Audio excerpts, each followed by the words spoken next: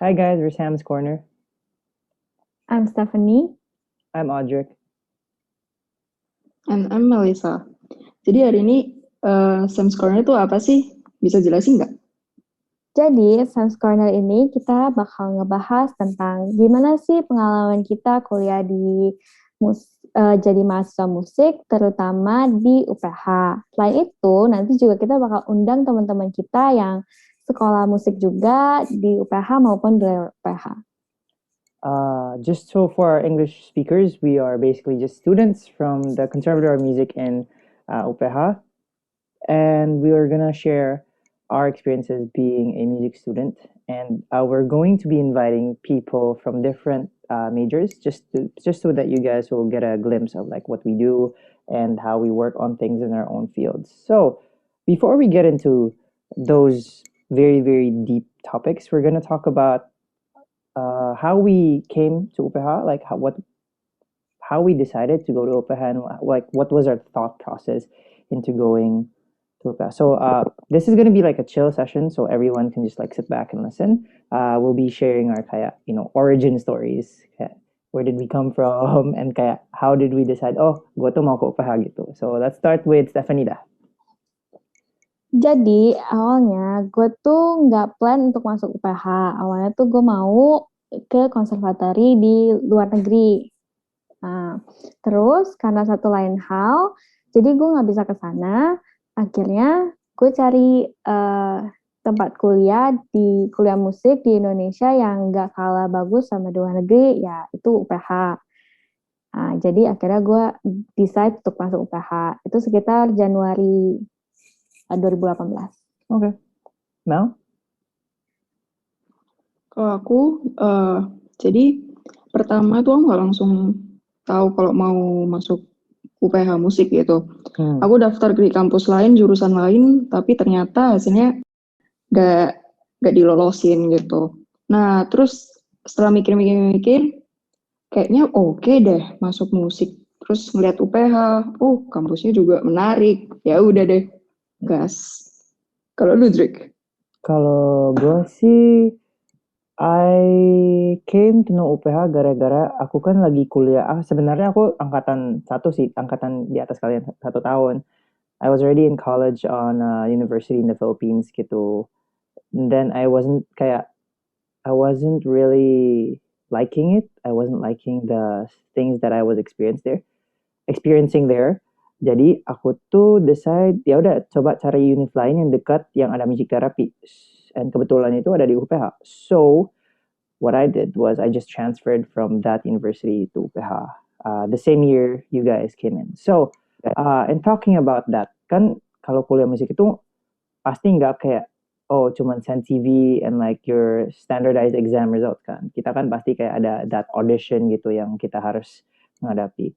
So for my audition, I had to pick what instrument I'll be majoring in, which was contemporary voice. And I had to sing 2 songs, so I had those 2 pre-recorded, and then I had to come di UPH, soalnya mau di audisi live. I sang the same songs. So it wasn't that big of a challenge pas di minta ke situ, but it was definitely kayak nerve-wracking, soalnya kan audisi secara video itu sama secara live itu beda banget feel-nya. So kalau kalian gimana audisinya? Kalau misalnya kita audisi, aku sama Melisa piano. Jadi kita audisinya itu bikin video juga, mainin repertoar 4-5 lagu. Send ke mereka, nanti bulan Juni juga bakal diaudisi secara langsung. Kalau Mel?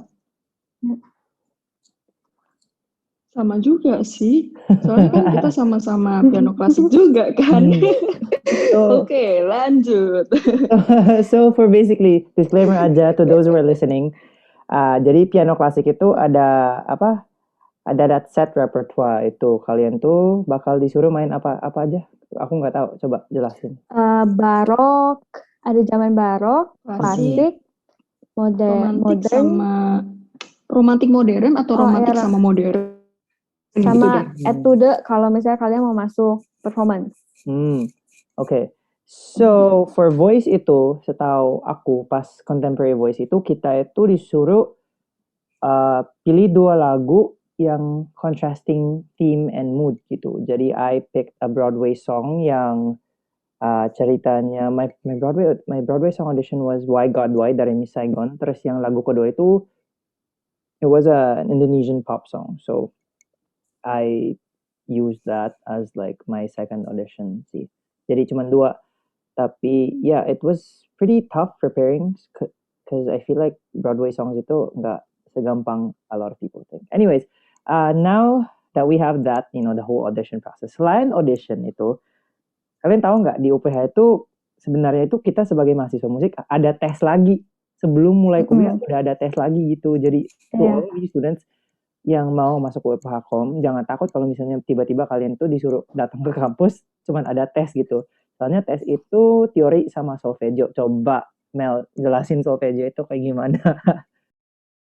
Wah, solfeggio itu pokoknya ya ntar tiba-tiba dikasihin kertas gitu kan, suruh nyanyi gitu. Terus dikasih kayak macam-macam set reading tapi lu nyanyi gitu. Itu gabung pas kalau aku ya gabung pas main praktek sama skill. Alright, Tapi sebelumnya teori dulu. Okay. So menurut Mel, kalau misalnya solve kan teori kan bisa dipelajari sebelum gitu. Solve itu bisa juga, tapi sebenarnya apa yang lebih susah? Yang lebih susah tuh menurutku nyanyi sih. Soalnya kan kita harus ngebayangin nadanya. Terus kayak doinya di mana gitu. Cuman ya itu bisa belajar lah, kan nanti dapat juga belajarnya. Kalau Steph? Kalau aku lebih susah itu solfege. Soalnya aku nggak perfect pitch. Jadi dan kalau misalnya anak-anak IBRSM pasti tahu kalau misalnya di IBRSM tuh jarang banget kita belajar yang namanya solfeggio. Jadi pas masuk tuh pasti langsung kayak shock gitu ya, kayak apaan nih gitu. Cuman ya nggak apa-apa lah, nanti juga bisa. I think kayak solfeggio itu emang kayak, cause to those of you who don't know, atau kayak to all our listeners yang baru mau masuk kuliah itu, kalian tuh wajib ambil kelas solfe. Dan per semester itu, biasanya tuh di UPH ada solfe 4, sampai solfe 4 itu. Dan per semester itu solfe itu lebih susah, tambah lebih susah, tambah lebih susah. Tapi sebenarnya, apa itu solfe itu? It's learning how to sight sing notes on a piece. Jadi misalnya you get a piece yang ada banyak, pokoknya you learn how to sight sing, misalnya do, sol, do, terus itu ada note-nya, ditulis note-nya, terus kamu harus nyanyiin in terms of its tempo, rhythm, note value, sama interval kamu harus bisa gitu. Tesnya itu kayak kamu seakurat mana? Are you singing the right pitches based on the music sheet that you got? So it's definitely a skill yang kayak I think aku merasa hampir semua mahasiswa yang baru mau masuk kuliah musik itu yang masih kurang. Soalnya kan kalau teori kan kita sambil belajar instrumen kita bisa sambil belajar teori kan. Ya, enggak, it's not universal sih, tapi more kids or more students itu lebih it's easier for them to do theory. Soalnya solve itu alien banget. So, in talking about that, kan ada 2 tes. Selain itu, we also had piano proficiency. How about, I want to hear your interesting story. Soalnya gue itu piano proficiency-nya pas udah minggu pertama kuliah. Kalian tuh kayak gimana? Mel kayak gimana, Mel? Sama nggak sih sama yang kayak waktu tes solve. Jadi kan tes proficiency itu mainin piece nggak sih, Steph? Mainin piece sama ditain skill, terus solve kan ya? Jadi tuh deg-degannya mampus deh. Jadi kan kalau di aku itu ada 2 dosen di satu ruangan sempit gitu loh. Terus langsung ditanyain gitu, mau main apa hari ini? Enggak. Dia ngomong, kamu nyiapin apa aja? Terus dia yang milih gitu. Terus langsung ke skillnya tuh kayak langsung dia kayak jutek-jutek gitu loh. Ya, jadi kayak makin mentalnya makin drop, tapi untung bisa sih. Soalnya tipsnya itu cuma 1 sih kalau menurutku. kayak lu harus belajar semacam bodoh amat gitu. Biar nggak yang terlalu stres banget. Kalau Stephanie? Nah, kalau aku karena nama aku S, jadi aku pasti terakhir tuh dipanggil ya gitu kan.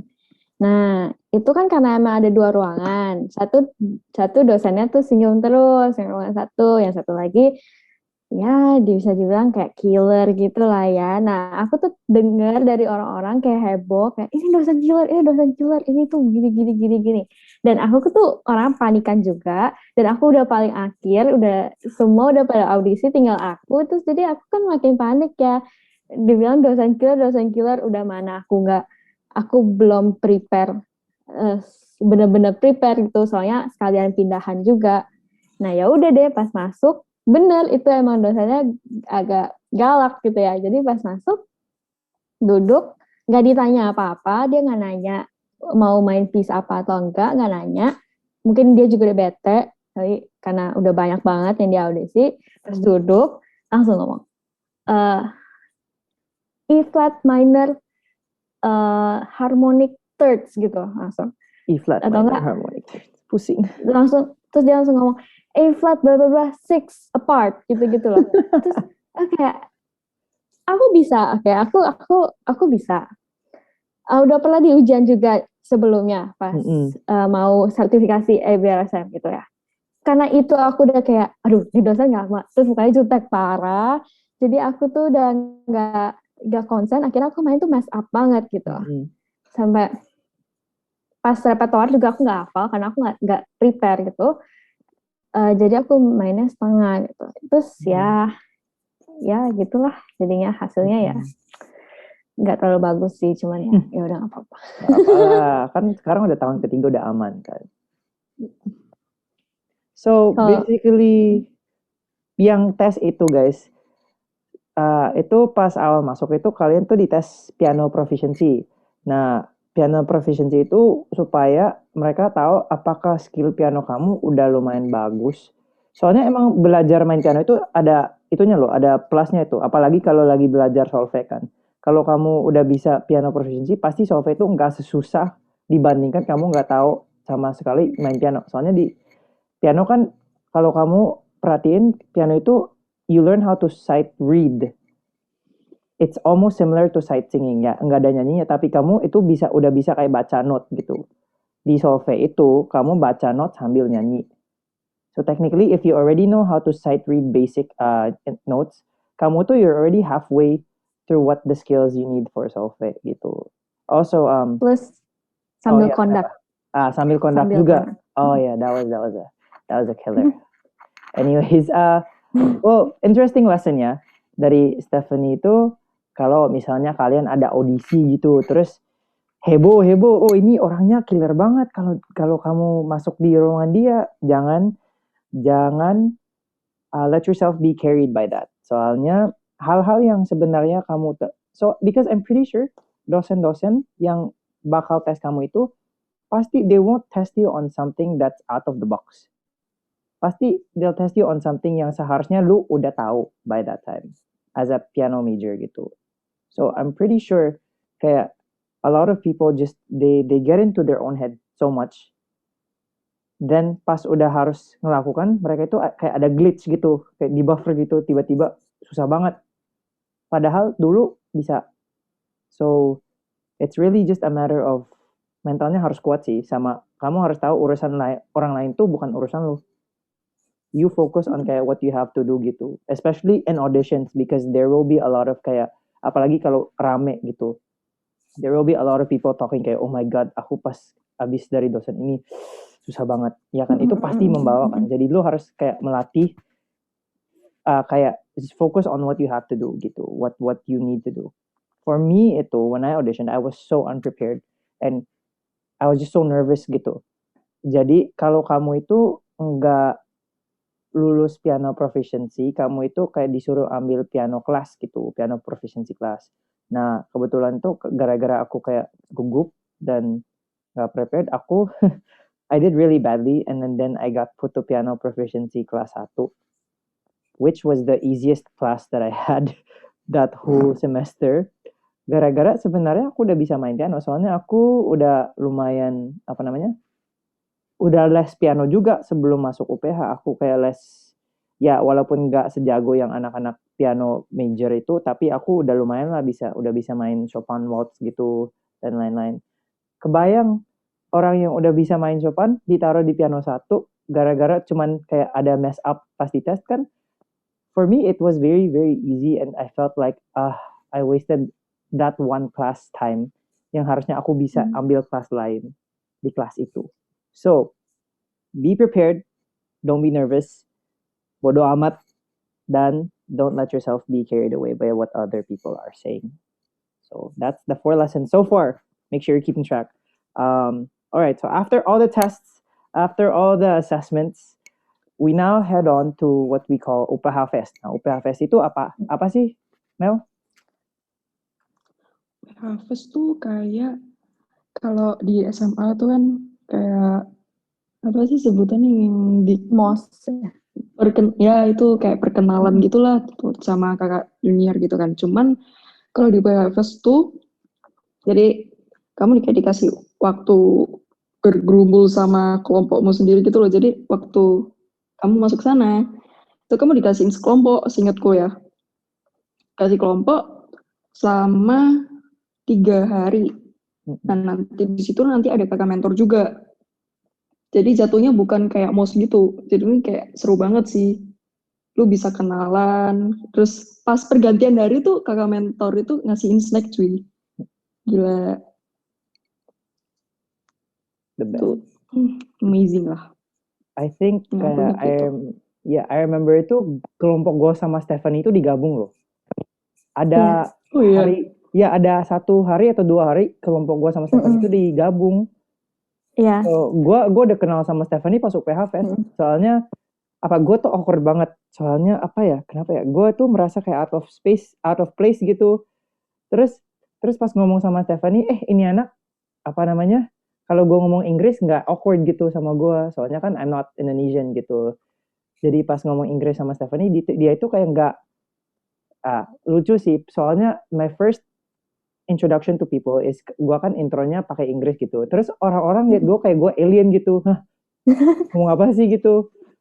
Kayak shock. Soalnya kan jarang gitu ada anak musik yang dari luar negeri. Cuman ada 2 di angkatan kita kan, cuman Ana sama gue. Dan Ana tuh jelas orang dari luar negeri. Gue tuh kan nggak gitu jelas kan. Jadi pas gue ngomong Inggris itu orang-orang liat gue kayak kenapa sih? Jadi pas gue ngomong sama Stephanie itu, Stephanie kayak oh ya gitu, kayak santai aja gitu. Jadi gue sama Stephanie kita ngomongin apa ya? Daniel Caesar ya? Iya. Lagu-lagu Daniel Caesar pas lagi kita siapin di field gitu. Oh guys, by the way, get ready to sweat. Soalnya kalian tuh pasti kalau misalnya udah offline ya, pasti disuruh ke lapangan for an hour holding a piece of paper and having to put it down, up, down. Ingat nggak sih yang dia suruh 5K run itu? Itu juga. Iya. Coba Stephanie ceritain 5K. Pas 5K run itu aku kira beneran harus lari gitu kan. Untungnya enggak suruh lari, cuma jalan doang, kok nggak apa-apa. Nah terus nggak mungkin juga kalau lari kayak gitu juga pasti kalau nggak biasa olahraga ya pingsan lah ya. Jadi ya boleh jalan. Ya gitu aja lah, keliling-keliling lapangan golf ya. Golf yang mana apa itu. Terus udah pas balik tos-tos gitu sama coach Matt gitu-gitu. Terus gitu aja sih. So 5K was really interesting. I feel like gara-gara kita itu anak musik, kita itu paling heboh. Soalnya ada yang bawa gitar, ada yang bawa trumpet, ada yang bawa violin. Jadi kalian everyone di UPH itu semua mahasiswa baru itu harus wajib 5K. Kita itu disuruh bangun jam 6. Udah di sana jam 6. Udah di sana jam 6, udah di lapangan bola jam 6 terus baru lari bareng-bareng. Ada stretching sih tapi itu ya udahlah. Kita itu lari. Terus semua lah, pokoknya semua mahasiswa baru. Tapi musik itu special because for some reason kita itu memutuskan kita mau bawa instrumen dong. Jadi ya ada yang bawa gitar, ukulele, trumpet, violin, and other things. Terus sambil kita tuh nggak lari, kita itu malah jalan sambil nyanyi-nyanyi. Jalan. Kita jalan tuh sambil nyanyi-nyanyi. Terus I feel like ya walaupun gak lari sih kan gak, makanya a lot of people weren't running either ways. It was just really for you to do it with with the rest of the new students gitu. Jadi it's a fun experience, and apa namanya, it's really interesting, apalagi if you're a music student, because you can bring your instruments. Your mentors will actually ask you if you want to bring an instrument gitu, kalau kalian tertarik bawa instrumen, supaya kalian tuh pas di jalan gak cuman kayak kan pagi kan pasti kayak ngantuk. Tapi kalau anak musik itu kita tuh paling berisik, ada yang nyanyi di sana, ada yang nyanyi di sini, terus lagunya beda, terus tiba-tiba ada suara trompet pepek kayak chaos lah, tapi it's worth it sih, kayak fun lah gitu. And then UPH Fest, akhir UPH Fest itu ada itu kan, the concert. Kalian gimana pas konser itu? Pas konser tuh karena aku tuh di kelompok aku nggak terlalu kenal orang-orangnya, dan juga mungkin ya aku coba jadi friendly gitu. Jadi cuman ya mungkin tips ya buat orang-orang, kalau nanti pas kenalan sebanyak-banyaknya lah gitu. Jangan yang di kelompoknya aja gitu. Kenalan yang di luar juga, biar bisa enjoy every moment gitu yang ada. Karena pas aku waktu itu, aku nggak berani buat kenalan yang bukan kelompok aku gitu. Jadi aku harus mau nggak mau spend UPH Fest yang closing sama yang kelompok aku. Cuman kayak kita nggak connect gitu, jadi kayak awkward banget semalaman. Terus aku kayak kapan pulang gitu sih. Cuman kalau misalnya kalian bisa lebih berani untuk explore, kenalan sama teman-temannya yang lain juga gitu. Melisa ngapain, Melisa? Aku sih closing. Pokoknya sebisa mungkin lu harus bisa friendly sih. Kayak mau di kelompokmu sendiri apa di kelompok lain, pokoknya friendly deh. Kayak ya bener, kayak yang Steph itu cari teman sebanyak-banyaknya. Tapi pas konser itu untungnya aku nemu kelompok yang klop gitu. Tidak, nggak bisa sama kelompokku sendiri. Terus kan waktu itu disuruh orang tua atau wali disuruh datang kan. Seingatku nih, ya udah. Terus kita lompat-lompat dah, nyanyi lah, beneran kayak nonton konser gitu. Asik sih, it was Voxom kan, the guys promoting Voxom. Listen to them, they're really great.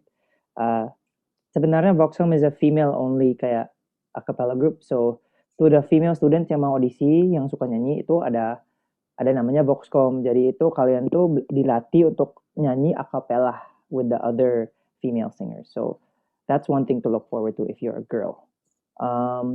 Sebenarnya tuh, actually have an interesting story. Masih ingat gak kalian tuh pas pertama banget UPH Fest, ingat gak lihat gue itu yang sendirian jalan-jalan pas udah ada seremoni, terus yang gak pakai baju polos, tiba-tiba ada satu anak yang jalan ke tengah terus duduk di kelompok. Enggak ya? Enggak. Soalnya itu gue telat loh. Jadi gue itu masuk ke kelompok musik itu pas acaranya udah mulai. Jadi awkward banget. Gue ditemenin satu mentor, terus semua anak, dan musik itu kan di tengah field lapangan basket kan. Jadi gue tuh bener-bener jalan ke tengah, terus semua anak kayak liatin gue, ini anak kenapa telat gitu. Terus gue bajunya tuh nggak polos. Bajunya tuh kayak semi formal sih, kayak panjang kaos gitu. So it was really awkward because I was late, which I didn't know. Soalnya aku nggak terima email loh, bahwa UPH Fest mulai jam segini dan kamu ada mentor kayak gini.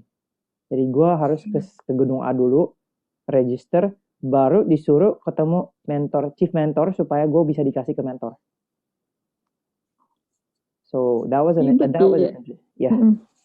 very interesting experience. But because of that, I made friends because everyone knew. Oh wait, you were the guy who was late, ya. So I had some friends. Kalau masalah friendly itu aku kan udah, I already mentioned it. I was very very forward with who I am gitu. Kayak gue kayak kalau introduce myself, I am Ojek in English, and I talk to you about kayak I'm from this country and that. So people didn't really see that thing as a very kayak welcoming thing. Soalnya kan pasti kan orang-orang juga kalau misalnya nggak biasa ngomong Inggris kan kesusahan juga. So I feel like that was one thing that I had to learn is kayak ya walaupun gue itu orang dari luar harus accommodate juga masa gue paksa harus ngomong bahasa Inggris sama orang lain gitu. Padahal gue kan di Indonesia gitu. So I have to respect the culture, I have to respect the language, and I have to respect the community juga. So after a few weeks, I forced myself lah to speak more bahasa gitu. And so far, it's been great. I still talk to Stephanie. I still talk to Mel. Our friend groups are like connected with each other, and it's been really nice. So, that's it so far for like what you have to know and the entrance to UPH. So I'm just gonna recap from the start.